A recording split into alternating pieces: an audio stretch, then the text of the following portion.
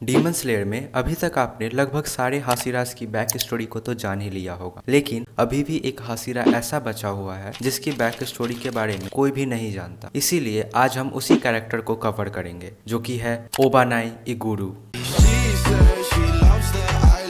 ओबानाई एक ऐसा हासिरा है जिसके बारे में फैंस बहुत कम ही जानते हैं। ओबानाई का स्टोरी वहां से शुरू होता है जब सारे हासिराज मुजान से फाइट कर रहे होते हैं। तब मुजान मित्सुरी पे बहुत खतरनाक वाला अटैक करता है जिससे मित्सुरी को बहुत गंदा डैमेज लगता है। ओबानाई मित्सुरी को किसी सेफ लोकेशन पे ले जाता है एंड तब ओबानाई का पास्ट हमें दिखाया जाता है। ओबानाई एक ऐसे फैमिली में पैदा हुआ था जिस फैमिली के लोग बहुत ज्यादा अमीर हुआ करते थे। ओबानाई उस फैमिली का पहला लड़का था जो कि उस फैमिली में पैदा हुआ था, क्योंकि पिछले 300 से भी ज्यादा सालों से उस फैमिली में सिर्फ लड़कियां ही पैदा होती आ रही थी। इसी के लिए ओबानाई एक स्पेशल चाइल्ड था एंड साथ में ही ओबानाई का आंखों का कलर डिफरेंट होने के कारण उसे स्टार्टिंग से ही बहुत अजीब तरह से ट्रीट किया जाता था। वो हमेशा उसे एक लॉकअप में बंद करके रखा करते थे एंड ओबानाई को हर रोज खाने के लिए बहुत ज्यादा खाना दिया जाता था, जिसे देख के ओबानाई को ये समझ ही नहीं आता था कि ये लोग ऐसा क्यों कर रहे हैं।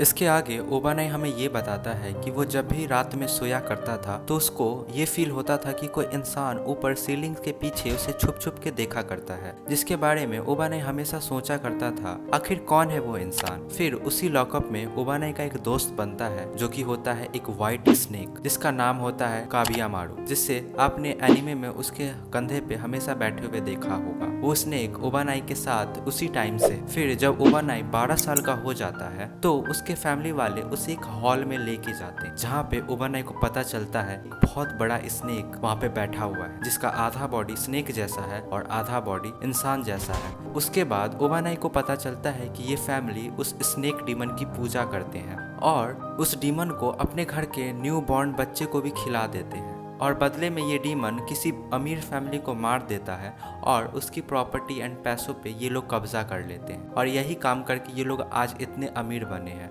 और जब ओबानाई पैदा हुआ था तब ये लोग उसको उसी टाइम मार देते, लेकिन इस डीमन ने ओबानाई को बड़े होने दिया ताकि ये ओबानाई को बाद में और मज़े से खा सके। फिर जब आज ओबानाई को उस डीमन के पास लाया जाता है तो वो डीमन उसे देख के बोलता है कि इसे अभी थोड़े और बड़ा होने दिया जाए और तब तक के लिए उसके फेस को काट दो। और उसके खुद के फैमिली वाले ओबानाई के फेस को 2 हिस्सों में काट देते हैं बिल्कुल उस डीमन की तरह, और उसके खून को उस डीमन को दे देते हैं। इसीलिए ओबानाई के फेस को आपने हमेशा देखा होगा बैंडेज से कवर होकर रखते हुए।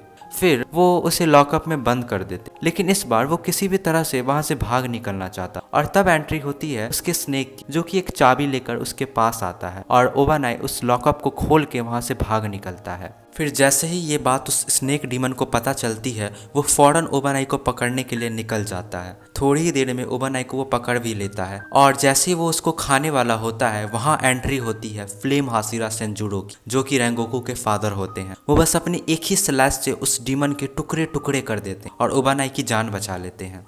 वैसे जिन्हें भी रेंगोकू एंड उनके फादर के बारे में नहीं पता वो मेरे इस वीडियो पे क्लिक करके जान सकते हैं। फिर जब सेंजुरो ओबानाई के घर वापस जाते हैं तब हमें पता चलता है कि उस डीमन ने ओबानाई के सारे फैमिली को मार दिया है, बस उसकी बड़ी बहन जिंदा बची क्योंकि वो उस टाइम छुप गई थी। अब वो ओबानाई को इन सब का जिम्मेवार बताती है। ओबानाई के कारण उसकी फैमिली आज मारी गई और वो ओबानाई से सारे रिश्ता तोड़ लेती। ये सब सुन के ओबानाई को बिल्कुल बर्दाश्त नहीं होता है और वो भी डिसाइड कर लेता है एक डीमन स्लेयर बनने का। फिर कुछ सालों के ट्रेनिंग के बाद वो बन जाता है एक सरपेंट हासिरा।